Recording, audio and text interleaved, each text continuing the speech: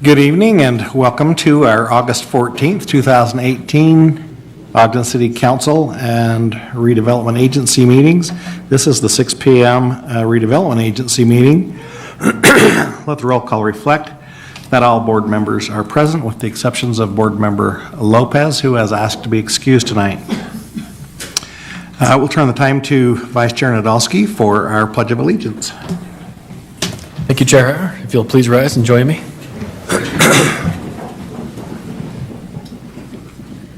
I pledge allegiance to the flag of the United States of America and to the republic for which it stands, one nation, under God, indivisible, with liberty and justice for all. Thank you. And now if you'd please join us for a moment of silence.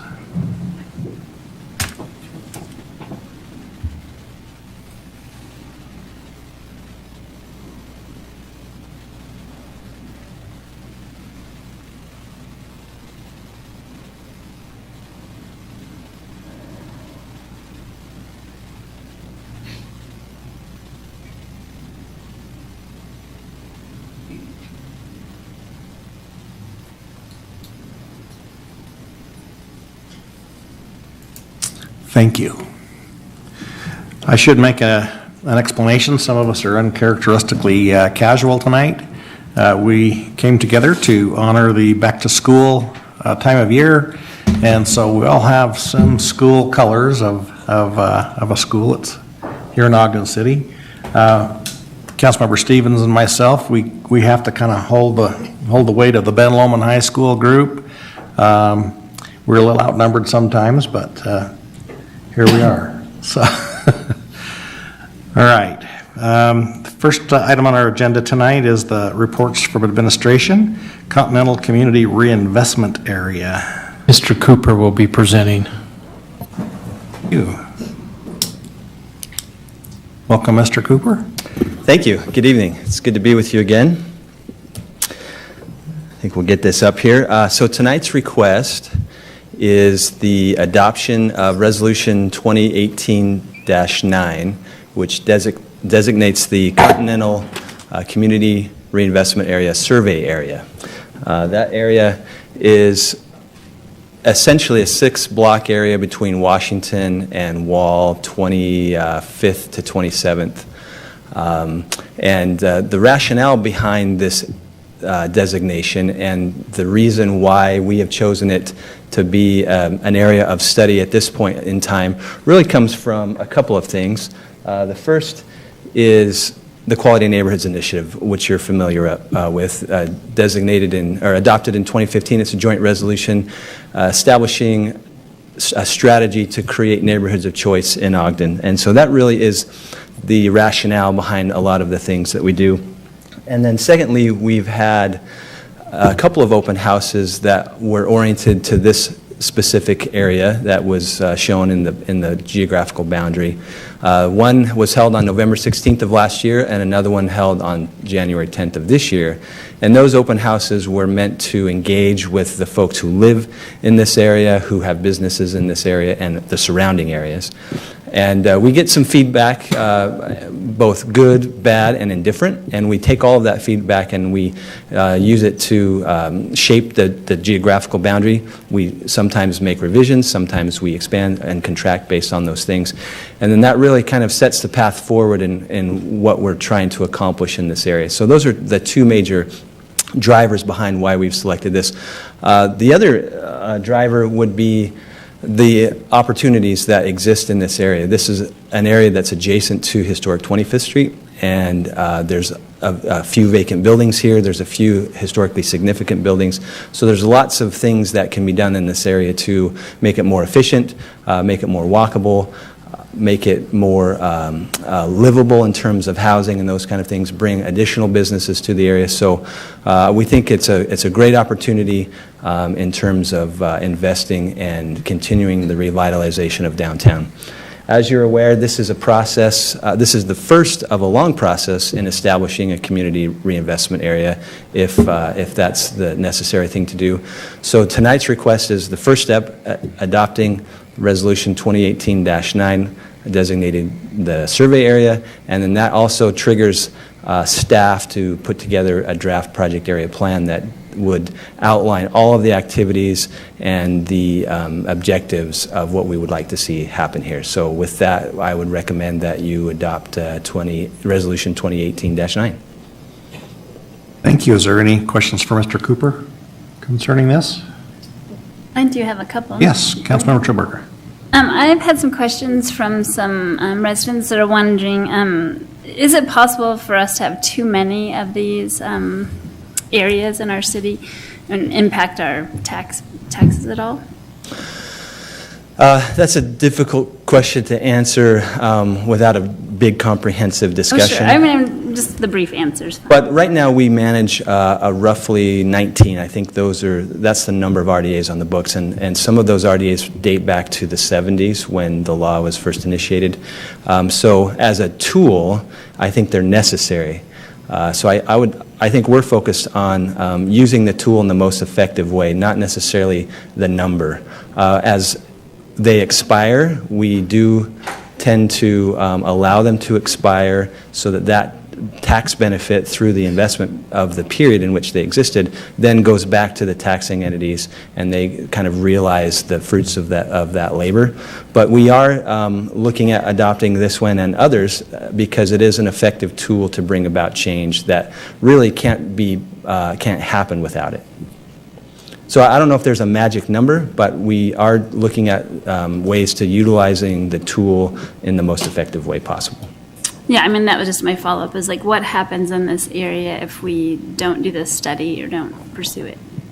Well, generally, unless an object in motion stays in motion until it's disrupted, and if you look at this area over the past 4 decades, it generally has existed in its current condition. There's been little tweaks and changes here, and so we're looking at areas that are ripe for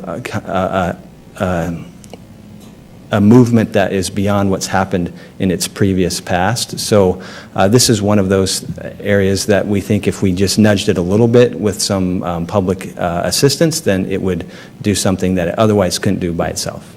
Brandon, also the RDA area, or the area that we're looking at, all the entities will still get the same property tax they're currently getting. So we draw a line, we freeze it, and they continue to get that. It's kind of the but for. If we don't do something, then does that never change? And our hope is by coming in and doing this RDA, CRA area, that we can make changes and increase the value substantially. So when it ends, then all the entities will get much more tax, but they'll all get the same tax they're getting now for the entire time. That's a good point. Yep. For clarifying. Any other questions? This process also helps 25th Street, which would access the back of the buildings and parking for 25th. Is this a basic element of this design concept? Right. As I mentioned, one of the drivers for us in looking at this area is the support of historic 25th Street. I think it's unarguably the greatest asset we have in terms of our physical downtown. And so enhancing that in any way that we can with additional people, additional amenities, connectivity, those kind of things really preserves that amenity that is really unique to Ogden. Councilmember White, did you have a comment? I do. I have a question for you in the squiggly lines, excuse me. And oftentimes we draw these areas, and there's reasons why we put the squiggles, and there's reasons why we don't. And oftentimes we don't include areas where that are municipalities or government-owned or non-taxable entities. Mm-hmm. But you've included that within these boundaries. Can you just give a brief reason why you've done that? Sure. So the big void at the bottom is the Weber Behavioral Health Center, and we see that being a sustainable facility. It's not going anywhere. There's no redevelopment that's going to happen. It's a government entity, so there's no tax base there. So that's why we've carved around that. But conversely, you'll notice that we have included the parking lot, the jail, and the court building of the municipal block. And as you look at this general area, there's a lot of surface parking, there's a lot of inefficient land use, and we see that that portion of the municipal block has some redevelopment opportunity that could enhance not only the government functions that we have here, but also the enhancement of the amphitheater. Again, bringing more commercial and residential uses that support 25th Street and creating a venue that could be used in lots of different ways. Any other questions for Brandon? So you're looking at housing or business or a mix of both, or what's your plans for the future? I think we'd analyze the use of all of the opportunities that could be there. So that includes housing, that includes commercial uses, retail, office. We're looking at hospitality options, those kind of things, event venues, anything that would be supportive of the mission of the redevelopment agency, and that is in character with the urban downtown that we're trying to facilitate. Any other questions? All right, thank you. You're welcome. All right. Board members, look for a motion. Chair Heyer, I'll make a motion that we adopt proposed resolution 2018-9 as presented. We have a motion by Vice Chair Nadolski, second by Board Member White, to adopt this resolution 2018-9. This is a roll call vote. Board Member Blair. Aye. Board Member Chaburka. Aye. Board Member Stevens. Aye. Board Member White. Aye. Vice Chair Nadolski. Aye. Chair Heyer. Aye. That passes. Look forward to what the survey results show. The next item on our agenda is public comments. This is an opportunity for the public to address the board on concerns or ideas on any topic. Anyone like to address the board? Seeing no movement. Comments from our executive director. I appreciate all the hard work that's gone into this. I know this has been the topic of many conversations. Brandon and Tom, I guess Tom just snuck out, but we appreciate what you put into it. Thank you. And board members, any comments? Chair Heyer, I just have a quick question, and I appreciate Mark Johnson with the follow-up, and I think that a lot of times people misunderstand how an RDA is developed and what the money is used for, and that, as Mr. Cooper said, that this really hasn't been, there's been decades of nothing that's happened here, and it's going to probably continue to be nothing going forward, and this is an impetus and a tool that we can have, including the people that you know, us, the school district, and the county will continue to get the same property tax value regardless into the future. So I think this is a great tool in our toolbox. So. Yes, thank you. I would like to add probably also that there have been a few proposals of things to happen in this area, and they just haven't happened because of, for one thing or another. So it's evident to me that this does need to have some push, some nudge. So, any other comments? Okay, I'll look for a motion to adjourn. Motion to adjourn. Second. A motion by Vice Chair Nadolski, seconded by Board Member Blair to adjourn. All in favor? Aye. Are there any opposed? Okay. Just give us 1 second, and we will we'll get going on our special city council meeting. You ready to go? Well, welcome again then for our August 14th, 2018 Ogden City Special City Council meeting. Let the roll call reflect that all council members are present, with the exceptions of Councilmember Lopez, who has asked to be excused tonight. The first item that we need to do tonight is approval of minutes of the joint session of April 3rd, 2018. There's a correction there on our agenda. Councilmember Blair. Yes, thank you, Chair Heyer. I have reviewed those minutes and found them to be accurate. And then the joint session of April 17th, 2018. Councilmember Chaburka. Yes, Chair, I've read those minutes and they're accurate to my recollection. And finally, the regular meeting of April 17th, 2018. Councilmember Stevens. Yes, Chair, they're correct, and I make a motion that we adopt the minutes that have been presented this evening. Second. We have a motion by Councilmember Stevens, seconded by Councilmember Blair to approve the minutes. All in favor? Aye. Are there any opposed? Okay. Next item on our agenda is reports from the Planning Commission. That is another correction on our agenda tonight. This is concerning the Nine Rails Creative District. And Chair, we're going to have Sarah and Greg, and Sarah's going to go first, ladies first, I guess. great. And there is a group in the middle that are here to back them up. I see this group. Kind of creative. It's daunting. Welcome, Sarah.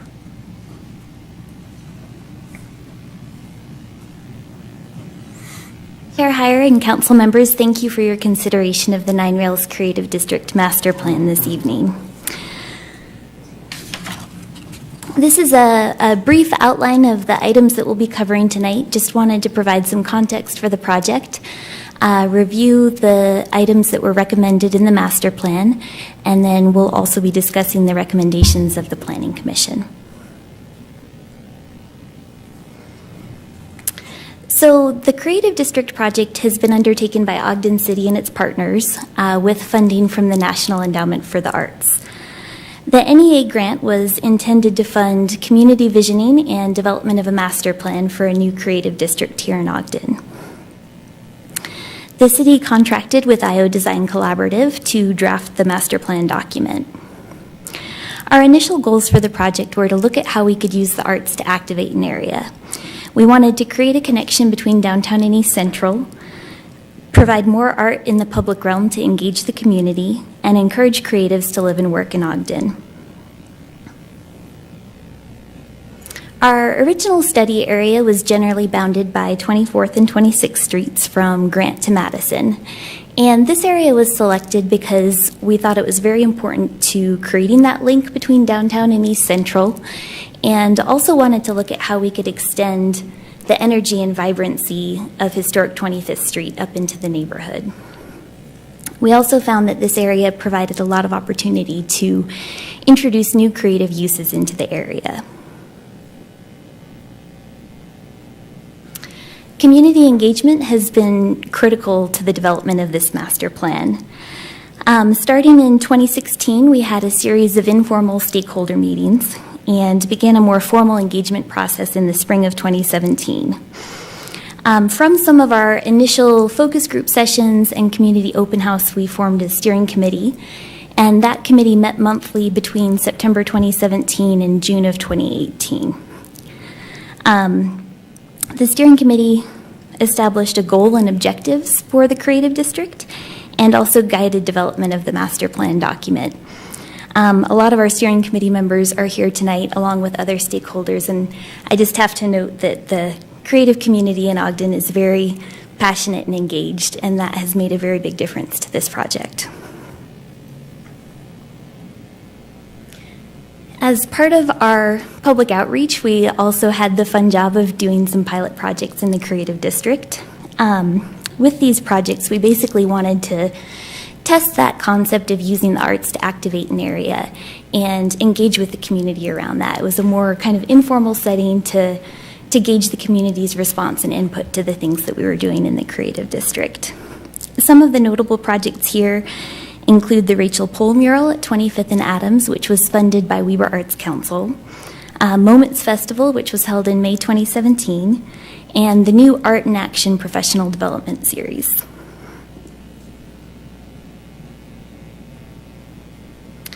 So working with the steering committee, we established a goal for the creative district, and that goal is to create an epicenter for art and culture where the creative community lives, creates, shares, and teaches for the benefit of Ogden's artists, citizens, and visitors.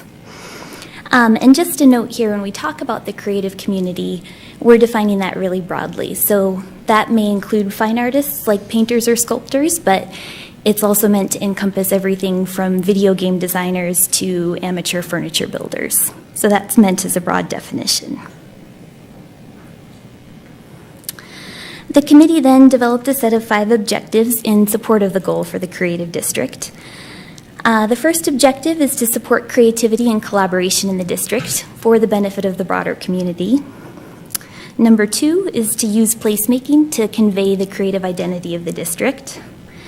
Number 3 is to develop a place where community members can get connected with resources that will support their creative pursuits. Number 4 is to create a safe, accessible, welcoming, and economically sustainable area. And the final objective is to ensure that the district can change and evolve over time so that it doesn't become static. We'll move now into the recommendations of the master plan. This slide shows the name for the creative district. We undertook a small branding effort in conjunction with the master plan and worked with that group to develop the 9 Rails brand for the creative district. The name 9 Rails references Ogden's rail history. At one point, there were 9 rail systems that converged in Ogden, and we had this historic slogan, "You can't get anywhere without coming to Ogden." And that's what we want to accomplish with the creative district. We want that to be a place where you feel like you need to be there to launch your creative pursuits. This slide also shows the boundaries for the creative district. You can see that we have a broader creative district boundary from 24th to 26th and from Grant to Madison. That's meant to provide connections to key nodes like 25th Street, the Junction, and Washington Boulevard, as well as up to the Jefferson Ave Historic District and East Central neighborhood. We also have a smaller creative district intensive area. That's the area outlined in blue on the map. And the intensive area is where we are proposing a new zoning district and also where we would propose focusing the creative district funding, at least to start with.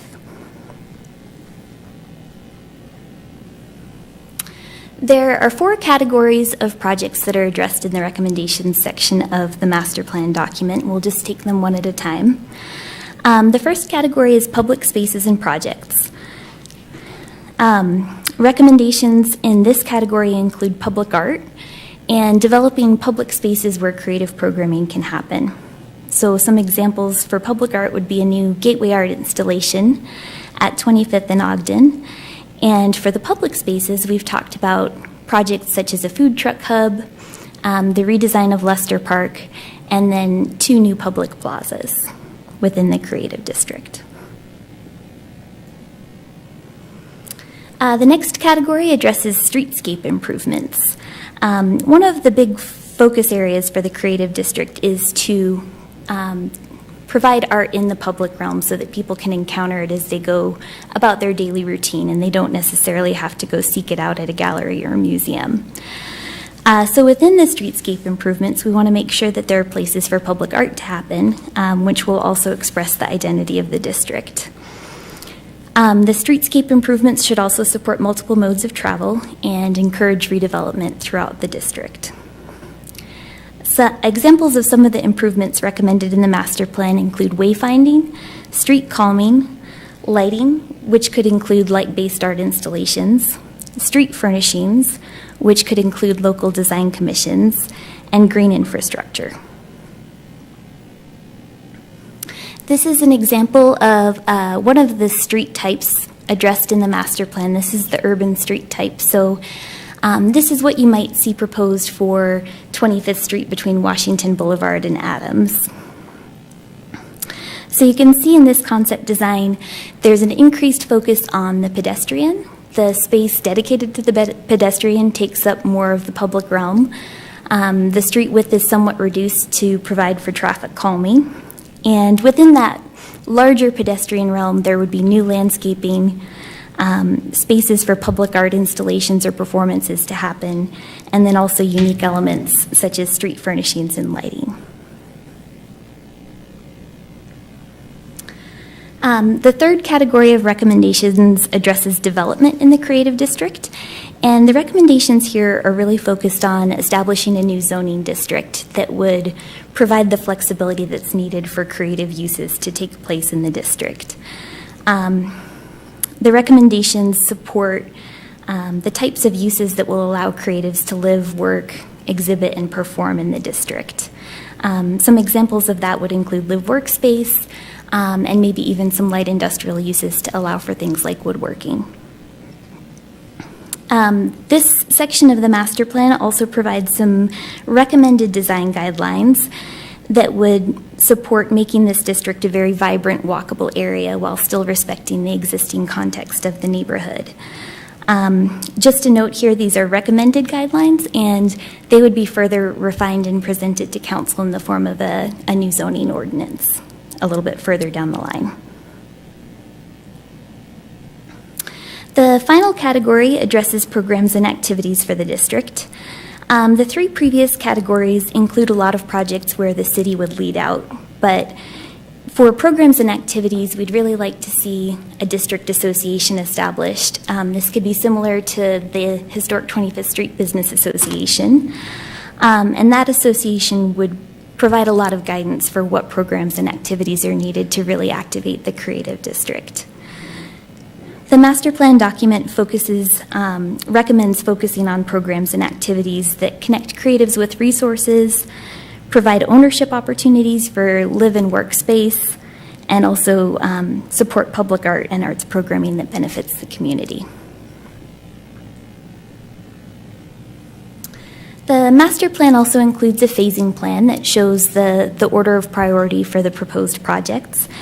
In the short term, we'd like to see a lot of focus on projects and events that can happen fairly immediately to continue building momentum in the district and keep that area activated. Streetscape improvements for 25th Street, the redesign of Leicester Park, and then also the creation of a new zoning district for the creative district intensive area. The Phase 2 plan focuses on new public spaces with plazas at Ogden Ave and Kiesel Ave, and streetscape improvements to the north-south streets in the district. And the final phase, Phase 3, addresses streetscape improvements on 24th and 26th, as well as some improvements to Porter Avenue, which was historically known as Butler Way. I'm sorry that table is so small. This table shows some potential funding sources. These are just proposed funding sources. Funding would need to be approved on a project-by-project basis, but we wanted to start looking at what funding could be applied to different projects proposed in the plan. Just generally, there are local funding sources that could be pursued, such as the city's public art program, the Adams Ave Community Reinvestment Area, and the city's capital improvements program. There are also several regional sources of funding, such as Weber County Ramp and transportation funds from WACOG. There are also, as we've been working on this project, we've learned that there are a lot of grants available at the national level that could support projects in the creative district. And then finally, we would continue to seek private investment in the district. Greg Montgomery is going to address the recommendations of the Planning Commission. I think before I do that, one of the things why this is a joint presentation and Sarah doing most of the work is because Sarah did most of the work. She has been very involved throughout this whole process, and her and the steering committee have done a great job in taking this document and creating it in a realm that has so many different areas to go into. It's not just zoning, it's not just planning, but it has a lot of other aspects in it. I think that's one of the reasons why, as you look at this master plan, it is one that gives you a vision and an idea of what can take place.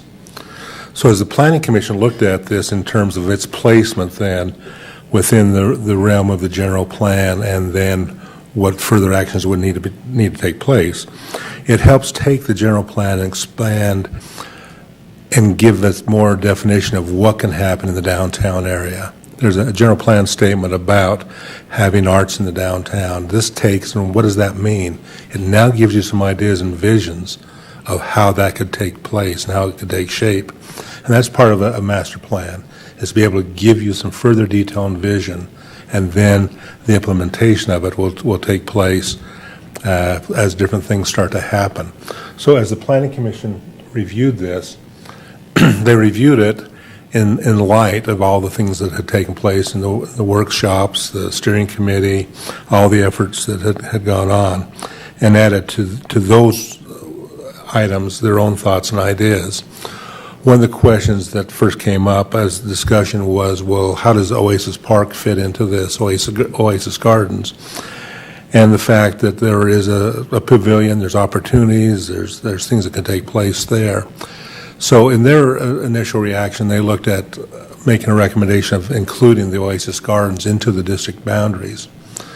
They also noticed there were assets that are within the district boundaries that really weren't mentioned in the plan, such as the Eccles Arts Center, how the old Methodist Church could be reused. If you've ever been in there, it's a great facility. I know in the past there's been some concerts and things take place in there, but a great facility, and added the comment of how those areas could also be included because they're already in the boundaries, and just to add what could happen there. Lester Park was one of those items. The commission also said that because of the pedestrian connection from Lower or Washington Boulevard on 25th all the way up to Jefferson, Lester Park can be a continuation of that pedestrian movement, and with its improvements, they recommend that be moved up in the time schedule because it's a very visible section of that center of the Arts District. And adding language to, as Sarah talked about, the quick wins, which already have been taking place with the crosswalk and the median art that has taken place on 25th and Adams. And then the concern that in the document itself, it gave some general design standards, again, knowing that these are suggestions, these are not ordinance, these are not saying how the ordinance will be drafted, but also the context of existing facilities also need to be looked at, because you still have the Forest Service building, the old Weber Gym, those type of things that are also part and parcel of what the makeup of that street is. So the Planning Commission had made these recommendations to make corrections that would address this. In our work session, we talked about those thoughts and ideas. And one of the things that we had concluded after that work session would be to not make any additions or revisions regarding the Oasis Gardens, to leave that out, leave the boundaries as they're being proposed. But the other items in the document that you have been added in terms of language into the document. One of the things that we looked at is then what is the city's roles on different things. Phasing and timeline, the question was, do we, 1 to 3 years, 3 to 5 years, or do we just say here's immediate and midterm and long-range goals of what we want to see happen? Also, making clear the design standards for streetscapes and creative districts, that they will be things that will be done as we make then the necessary amendments to both the East Central Community Plan and the CBD Plan. And then as we get into work of creating after those amendments take place, actual language that can help implement certain phases of the creative Nine Rails district plan by then setting some standards and some expectations. We're already, in some ways, working on the streetscape design standards as we speak because of timing of certain things. We want to make sure that we can meet the objectives of that Nine Rails plan. And then also those relationships, as I mentioned, how does this work with East Central? What are the other revisions we make? Those are things that we'll be working towards, and as you look at this item tonight, and if you give it a favorable vote, those will be then the steps we'll start to proceed in next of the amendments to the plans of need and the zoning creations. So the Planning Commission, as they reviewed this, had recommended approval of the Nine Rails master plan because they felt it was consistent with the general plan in terms of things that have developed, consistent with the arts plan that was developed a few years ago, and now zeroes in onto a certain area where a high impact could be seen because of something like the Nine Rails District. Are there any questions for either Sarah or Greg? I have one. There has been comment on the vastness of the district. Do you believe the size is correct, or is it too large? No, I don't think it's too large. When you look at it, the things that can take place and the need to make people move and go through things, you need more than just one block. You need to have it And you need to have those little fringe areas to explore and be able to create things and be able to have a sense of place. So I don't think that is a problem at all with this. I had a question concerning the the zoning. You as the zoning guru of I think the world, could you explain to me perhaps what the gives and takes of that are? This seems like it will divide our CBDI zone, and how does that all function? How does it work? I think on the most part with the CBDI, we're really talking about the fringe areas. You're off of Washington. You've got your Washington Main Street. We're talking about what can happen in those back areas, whether it be where it was White City Bowl and those type of things, or what can happen along that 25th Street going up the hill and over. You know, the CBDI and the CBD zone went back and forth. It's always, well, we'll do CBD because of design standards. And then as we went too far into more residential areas, well, let's pull the CBD back. And then East Central came in, and the East Central looked at preserving the historic character that is found in the Central Bench District. One of the things as we look at the Nine Rails District is the ability to take vacant spaces or even take some areas that may not be, quote, premier residential in terms of the design and say something can be done there to, again, signal that this is an area for exploration, this is an area for innovation. And the East Central standards really are saying stay as Victorian, stay as Foursquare, whereas some of the things that are needed to make this work aren't those type of buildings. And so in some of the vacant lands, it's creating something that will then generate in people's minds, there's something different in this area, something I want to explore.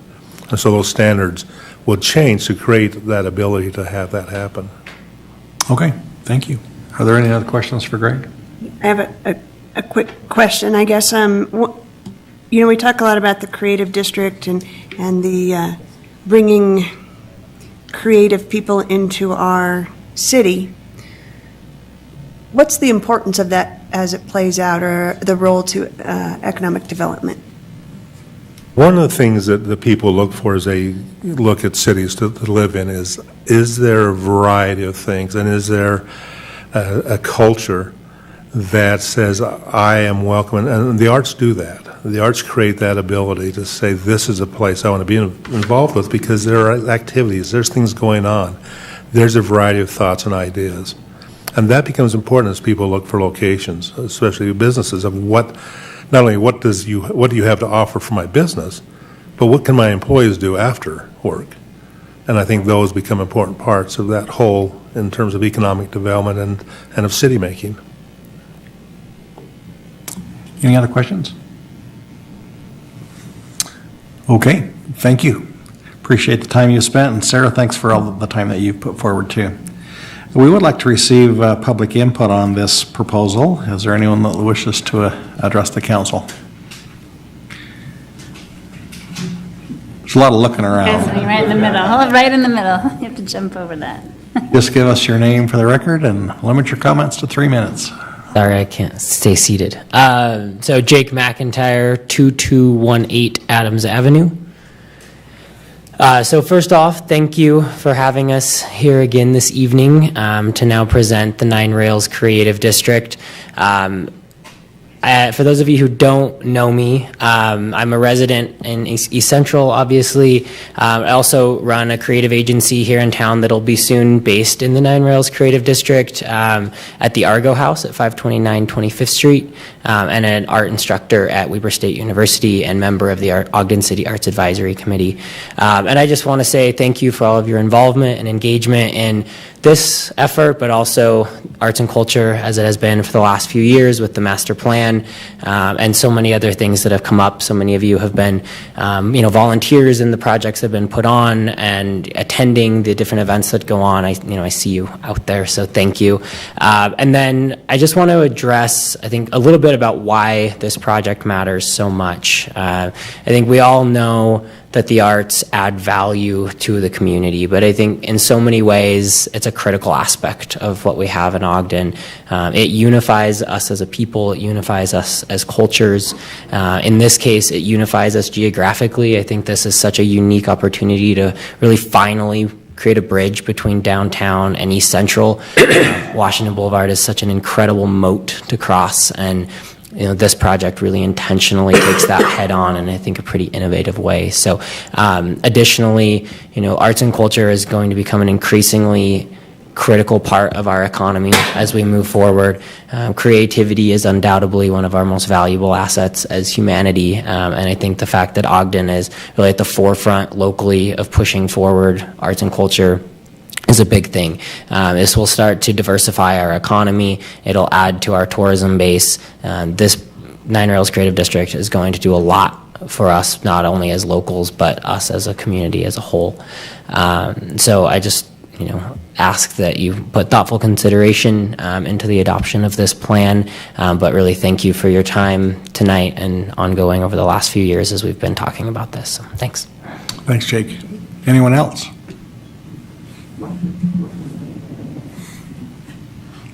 Hi there, my name is Danielle Beninelli, 5673 Aspen Court. I'm a South Ogden resident, but I'm still in Weber County. I'm on the steering committee, which is awesome. I'm the vice president of the Egyptian Theater Foundation, so we're excited about this. But more importantly, I'm here to represent the Utah Cultural Alliance. I serve on that board. So Nine Rails is not just about Ogden. I mean, the word is out. People are excited about it. The Utah Cultural Alliance, we're the statewide voice of arts and humanities, and we fully support Nine Rails. I mean, Utahns love culture. Utah is the #1 state in the entire country for live participants at events, which is amazing. According to a recent study with the Economic Development Corporation of Utah, Utah businesses cite a vibrant arts and entertainment scene is the #1 factor for considering where to locate their business. Awesome. Statewide, the creative industries employ 79,000 Utahns. Weber County's creative industries employ about 3,700, so it's about 4.6% of the statewide total. The Nine Rails project can elevate the sector for jobs, boost Ogden's contribution to the creative and statewide economy, as well as open potential doors for new business and industry development. The mission of the Utah Cultural Alliance is to empower and strengthen communities by building cultural awareness, and we feel the Nine Rails Creative District and its overall goals, as stated in the master plan, will provide positive impact not only to Ogden and Weber County, but to the state of Utah in general. So thanks for your time, and consider it. Thanks, Danielle. Your excitement is contagious. Thank you. Is there Chair, anyone else? if I could just add, we know some great realtors too, so if you need some help. Anyone else? All right, thank you. I thought we'd better put out the timeline of what the council has participated in this, just for the public who may be viewing us on the internet.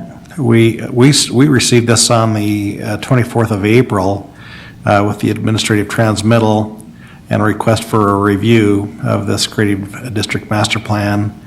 On the 29th, we had an initial presentation about the proposal during a council work session. July 17th, that was continued with a follow-up, and a lot more detail was given at that July 17th work session, which brings us to today. This is the council consideration of the Creative District Master Plan with a minor change. So the council has been quite involved in this since it's been presented, and we've had a lot to do with it. This is not new to us. So with that, I'll look for any comments that the council might have or a motion. I'd like to make a motion that we adopt proposed resolution 2018-10, adopting the Nine Rails Creative Master Plan. Second. Okay, we have a motion by Councilmember Stevens, seconded by Vice Chair Nadolski, to adopt the 2018-10 resolution. This is a roll call vote. Councilmember Chaburka. Aye. Councilmember Stevens. Aye. Councilmember White. Aye. Councilmember Blair. Aye. Vice Chair Nadolski. Aye. Chair Heyer. Aye. That passes. Thank you very much, all of those who have put forth effort on that. We appreciate all your efforts. Before they run off, can we do council comment? Yeah. Yes, let's do. Let's have some comments. Thanks. Even though I know they're really excited to stick around for our conversation about our MOU. You want to Hold know on. about BRT, I'm sure. That's right. Do you mind if I lead out? No, please do.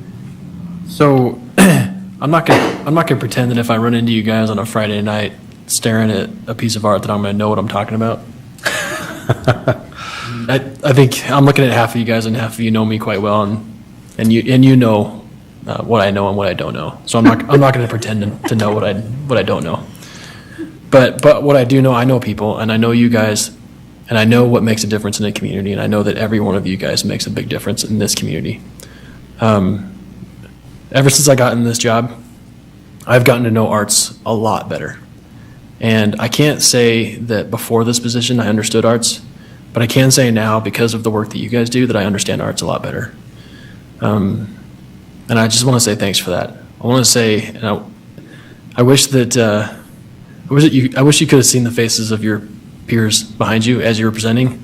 They were really cheering you on through their faces. They were really like, you know, oh yeah, she nailed it. You know, they're so engaged in your presentation, in your performance, in your collective good, you know, because all of you have played a part in what this was today.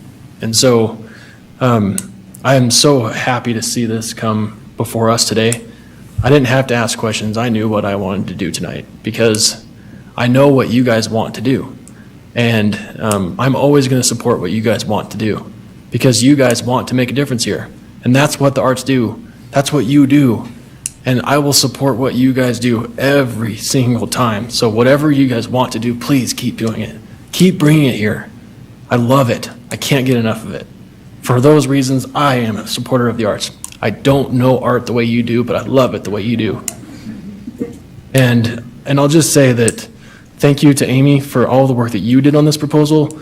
I think a lot of people think that because we're a council and you're an administration, that we're on this side of the dais and you're on that side of the dais, that we have to be in opposition. It's not that way. It doesn't have to be that way.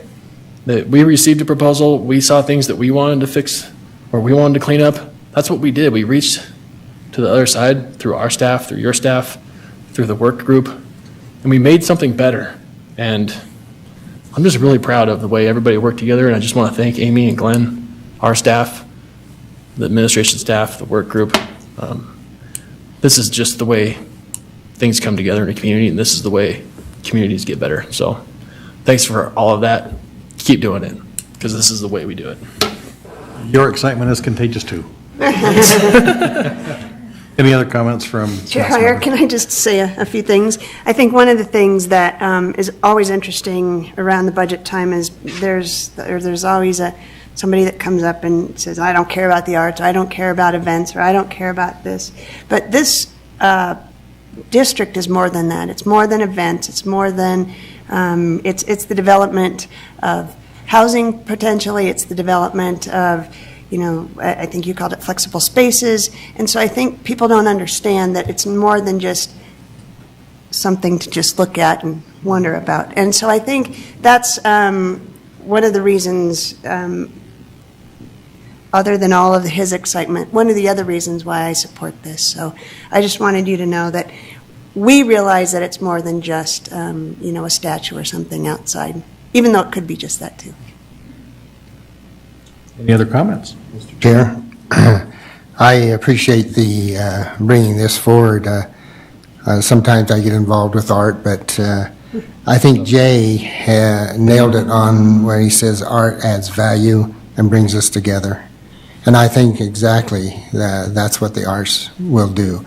There's many facets of art. If you take art, the gamut of art is never ending. It gives the opportunity of everyone to show and creative minds to show their abilities and that we can enjoy their opportunities. The other aspect is I think this is an element that will attract people to our city, tourism. They'll come to Ogden because we have something unique and special here, and also it adds quality of life.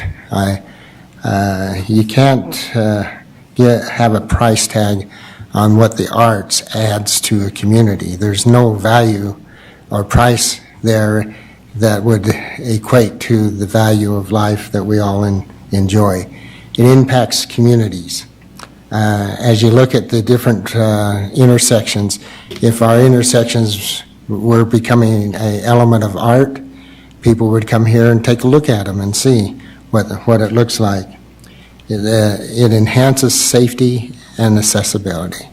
And I think those are the elements that art brings to us. My hat goes off to every one of you. The Twilight series is just an element of showing the interest that we have in our community and outside our community of the element of art. And so I applaud you and I thank you for bringing this forward. Any other comments? Sure, I have a few things. You passed it to me, I'll take it.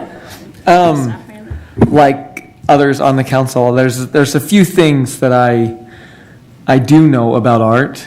Number one is I don't understand it very well. I know what I like, but yeah, there are classes. But I know that I am definitely a long ways away from an art expert or an art enthusiast. But the other thing I do know about art is I'm glad we have it in our city. When I first got on the council, like Councilmember Nadolski, I didn't understand the impact art had or the benefit that it provided to our city. And since I've been on the council and got to see the positive impacts and the many reaching impacts that it has on a city and on a community, I'm glad we have it. I'm glad we have it in more abundance than other communities, and I'm glad that we get to experience that here, and I'm glad that my family gets to experience that other families and other communities don't. So I am thankful for that. Another thing that I do know is I know that it makes our city unique, and I'm happy about that. I know that people come here for that, and I'm appreciative of that, not because of the work I do, because I don't do much with art, but I'm thankful for all the work that you all do to provide art and provide culture for our citizens and for our city, so that not only my family, but others can come here and experience it. I remember when I first got on the council, a couple of council members tried to teach me the importance of what art can do to a community, and those words have never been more true than they are tonight. And I'm thankful that people before me took me aside and educated me on that. And I'm happy to learn more and like Councilmember Nadolski to help and support you in your efforts. And I thank you for all that you do for our city. Okay, I'm up, right? Do you have anything you'd like to add? I do have something to say, surprisingly enough.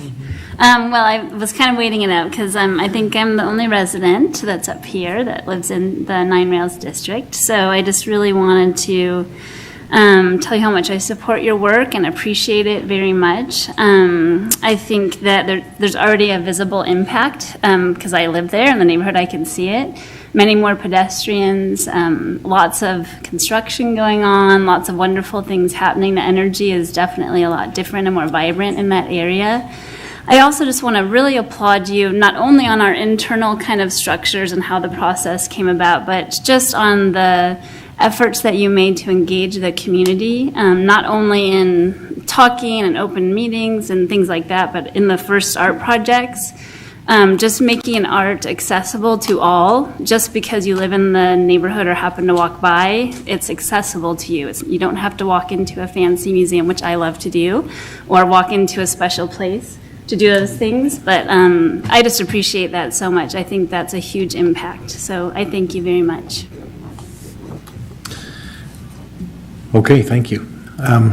I guess now's a good time for me to say that we are often kindred spirits. My day job is, jewelry designer and goldsmith, and I got my start in that field of work in the 7th grade from a a loving art teacher who was a mentor to me. I had never considered it prior to that. I thought, you had to get a real job to, I don't know what a real job is, but I'm still waiting to find out, I guess. But it's been very fulfilling to me to make my career with artistic types of work, and so I appreciate this very much.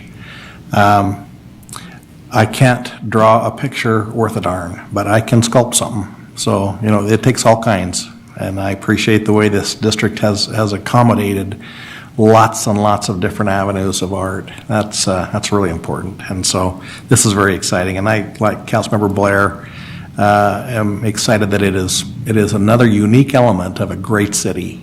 It's something that makes Ogden stand out and makes it a great place to be, to visit, to live. And I thank you for all of the work that you've put forward. Thank you again. Okay, now I know you're excited to hear about the BRT, which is up next. Going to run through the 9 Rails district. We do. So the next item on our agenda is the Utah Transit Authority Bus Rapid Transit Project. We have some folks here to help us tonight. Chair, we're going to start with Jay, and then Hal Johnson will be here to speak also. I just want to point out that Eddie Cummings is here. Eddie is UTA's equivalent of King of the North, and he usually is very quiet in the meetings, but he does a great job, and we really appreciate Eddie. It's nice to have you here. Chair Heyer, Member of the Council, Mayor Caldwell, Mr. Johnson, thank you for letting us be here tonight to discuss this. And Vice Chair, I want to take point that this is going to be a very exciting discussion on our MOU. As you know, we have spent considerable time and effort in recent years working on this project, and UTA has worked with Ogden City and our other community partners to bring this project along in steps. We started at the basics of just getting this on the radar of our citizens as a possibility for future developments. And as we worked through that, then we moved into whether it's what mode it's going to be, what route it's going to be. And as soon as we got through that Hal brought us along slowly and patiently, we kept moving forward. And now we're to a point where an MOU is required to allow UTA and Ogden City and our other community partners to request federal funding for a project this size. And this project must go forward with federal funding because of the enormity of the project itself. And so here tonight, our project manager, Hal Johnson's here to give you more detail on that. And if you have any questions at the end, either one of us can answer. Thank you. Thanks, Jay. Welcome, Mr. Johnson. Good evening. So glad to be here with you tonight. Also wanted to introduce Mary DiLoretto from UTA. She's here as well tonight. So just wanted to maybe build a little bit on what Jay was mentioning with the Ogden BRT project. We have made great strides over the last few years to be able to advance this project. UTA recently submitted our request to enter project development, which is our next milestone in receiving federal funding.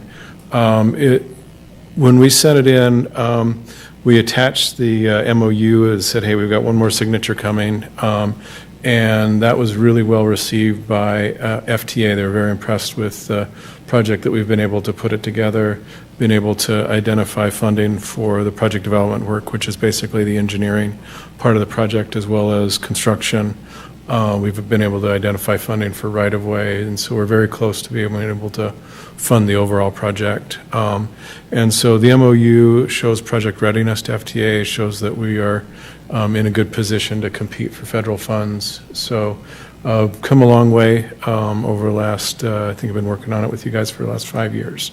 So really happy to be to this point, and this is a stepping stone to get into a project development, which is essentially the design part of the project, and seek our last piece of federal funding. So the MOU identifies all the other project partners, so at UTA, Wasatch Front, UDOT, McCady Hospital, Ogden City, and Weber County.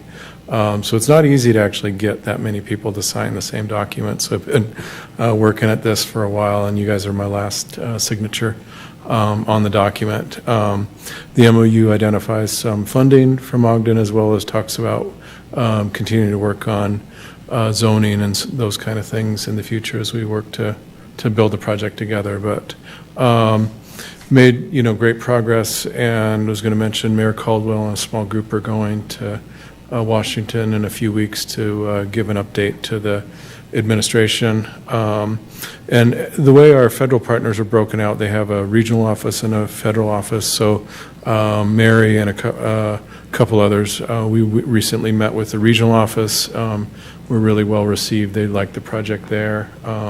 We're impressed with the ridership, impressed with the markets we're trying to serve. So it's a good project, and so they recognize that. So I think this is a big milestone for things to move forward with transit in Weber County. So any specific questions on the MOU? Or Any questions for Mr. Johnson? What is Ogden's share of this? Ogden will have a couple pieces. There's some funding for roadway improvements on 23rd and 25th Street that we're going to use as local match, and I think it's $100,000 or so in cash contribution to the design of the project. So we've been able to, and I believe those elements of the roadway funding, Jay can probably talk to that in a little bit more detail, are funded through some WACOG funds and existing funding that the city's committed to roadway improvements. Mayor, is that in our budget, that funding?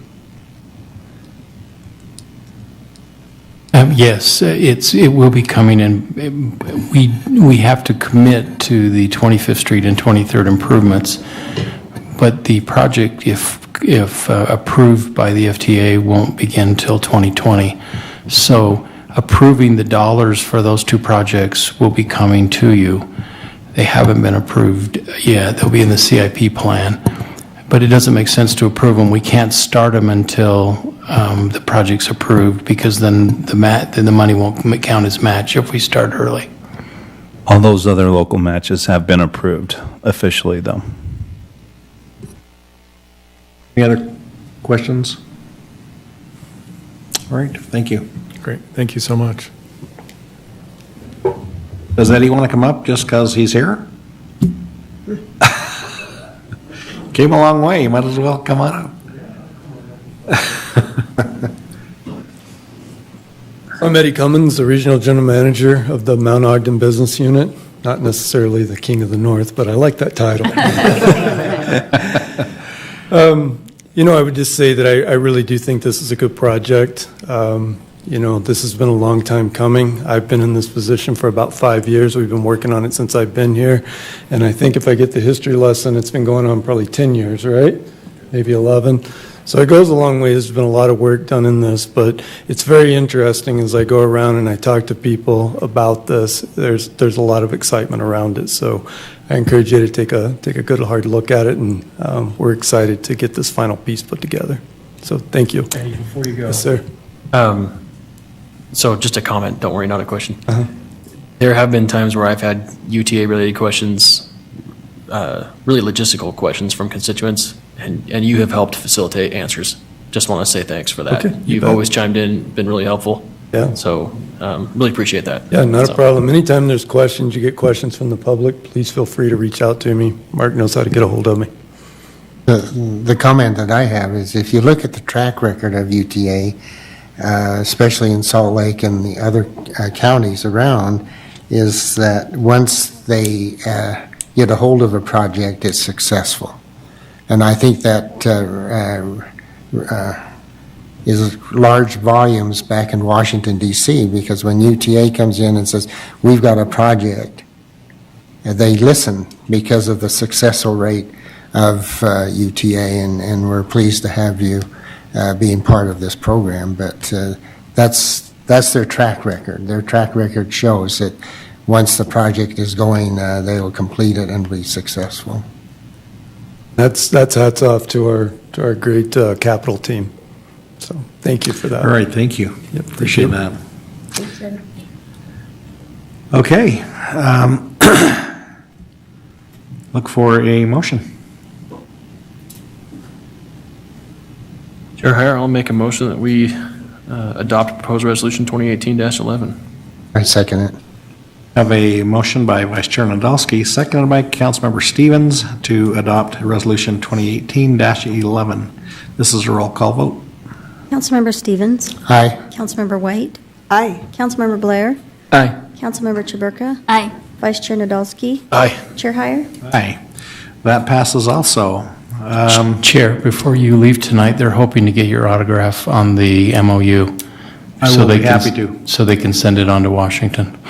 This has been something that started when I was a freshman council member going to Portland. So we started this whole project. It's been kind of a lot of fun to go through this process to this point. Looking forward to getting on the actual BRT and taking it someplace. That's right. Okay, next item is council member compensation. We have Ms. Janine Eller-Smith to present to us. Welcome. Thank you, Chair Heyer, council members. As you know, we made some changes in the FY19 budget to council member salaries and benefits.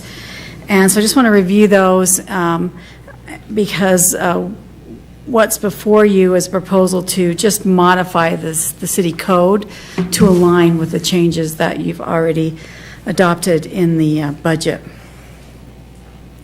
Just as a matter of a little bit of history, actually, I've been in the council office since about 2009, and we were talking about council benefits back then. We'd started looking at benchmarking for council member salaries, just like we do for regular employee salaries, and found out that at that point, council member salaries were very low compared to the cities that we benchmark against. In 2015, we continued that benchmarking process. I should say in 2012, even though they were low, there was a discussion about providing benefits to council members, and council members just decided at that time it wasn't the right time to do that. And so we just left the situation as where you just received a salary and a small contribution to a 401k. In 2015, we also went through the benchmarking process, and that's what these numbers on the screen reflect. And you can see the city average, all of the other cities, Murray, Provo, Salt Lake, Sandy, all provide council benefits to their council members. And so that brings their total compensation, which is what TCV stands for, total compensation value, up to an average of almost $36,000 a year per council member. That's the base salary. And in Ogden, again, we weren't at that time decided not to provide benefits, and so you were significantly lower than the other cities. We did look at providing council member benefits at that time. The HR department estimated it cost $115,000 a year to provide council benefits.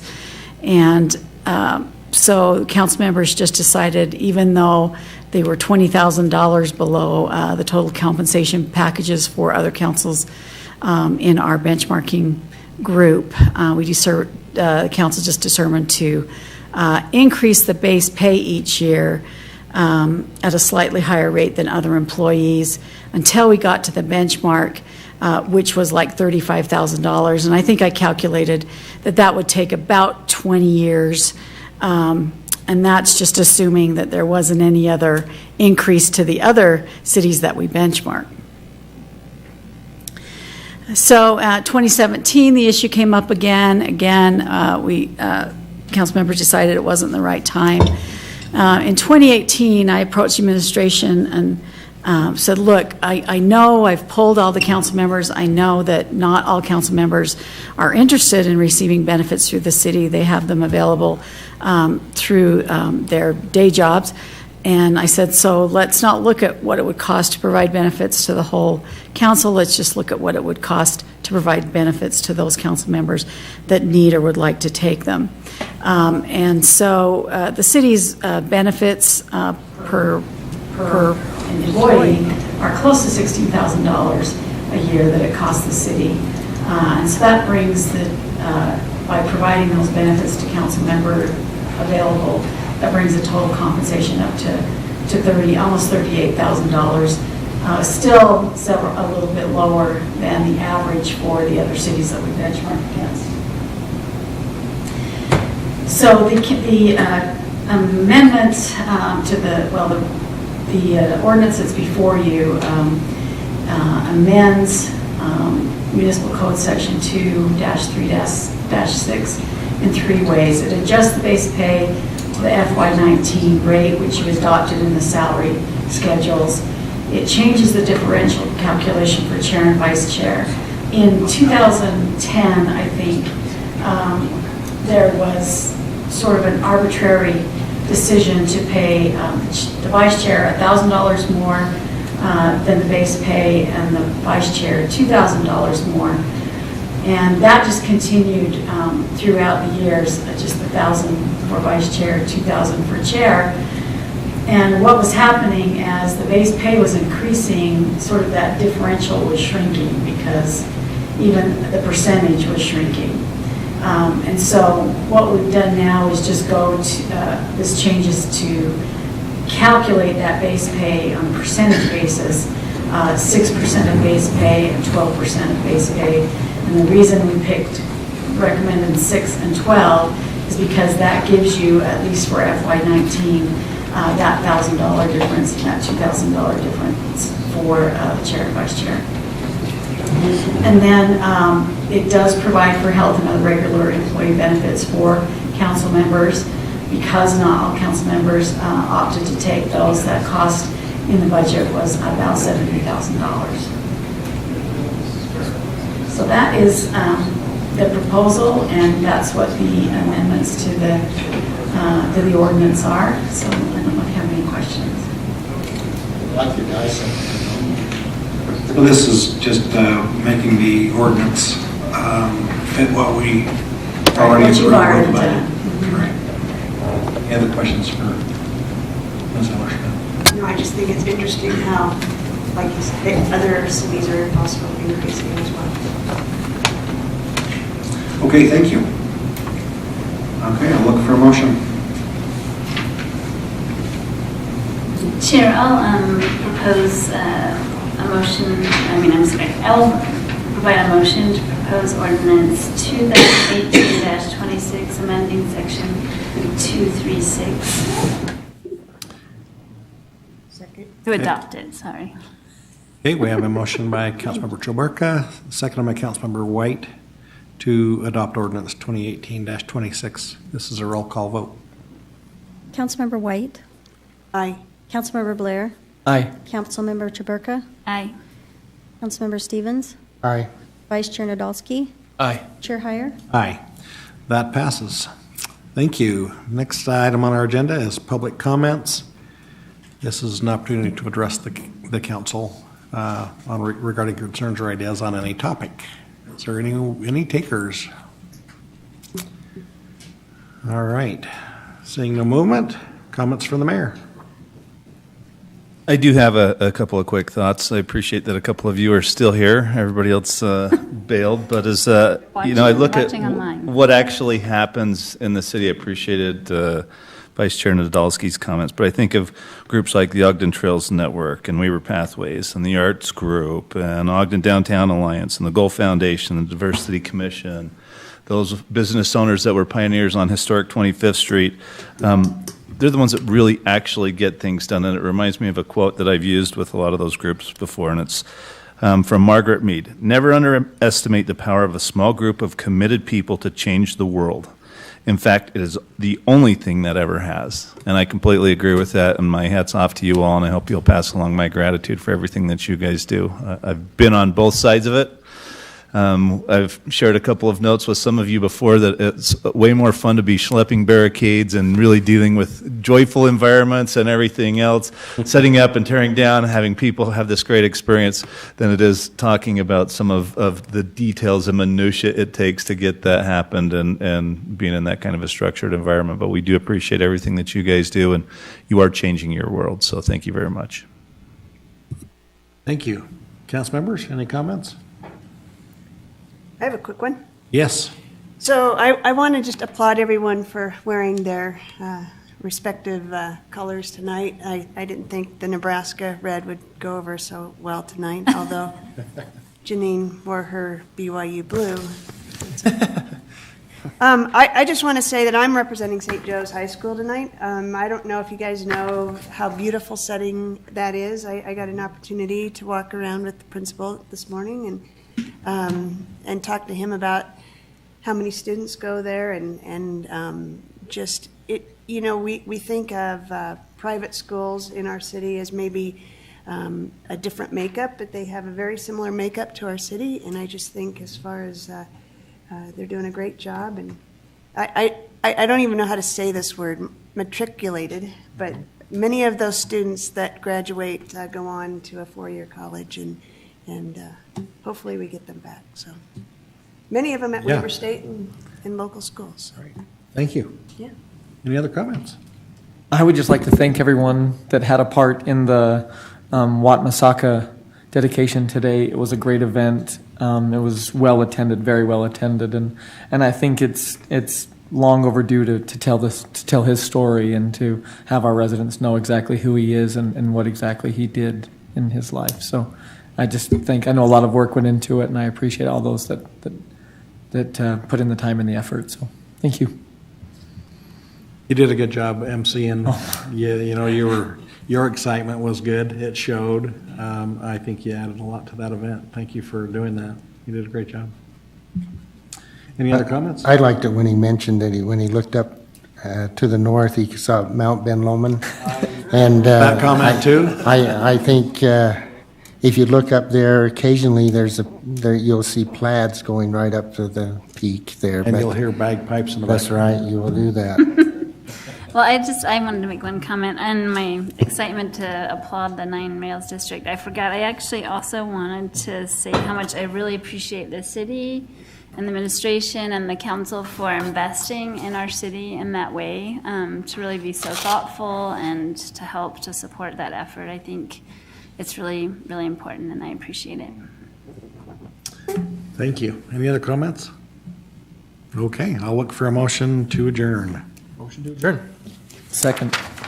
By Vice Chair Nadolski, seconded by Councilmember Blair to adjourn. All in favor? Aye. Aye. Any opposed? Okay, that's a wrap. Thank you all. Appreciate those of you who are still here that came.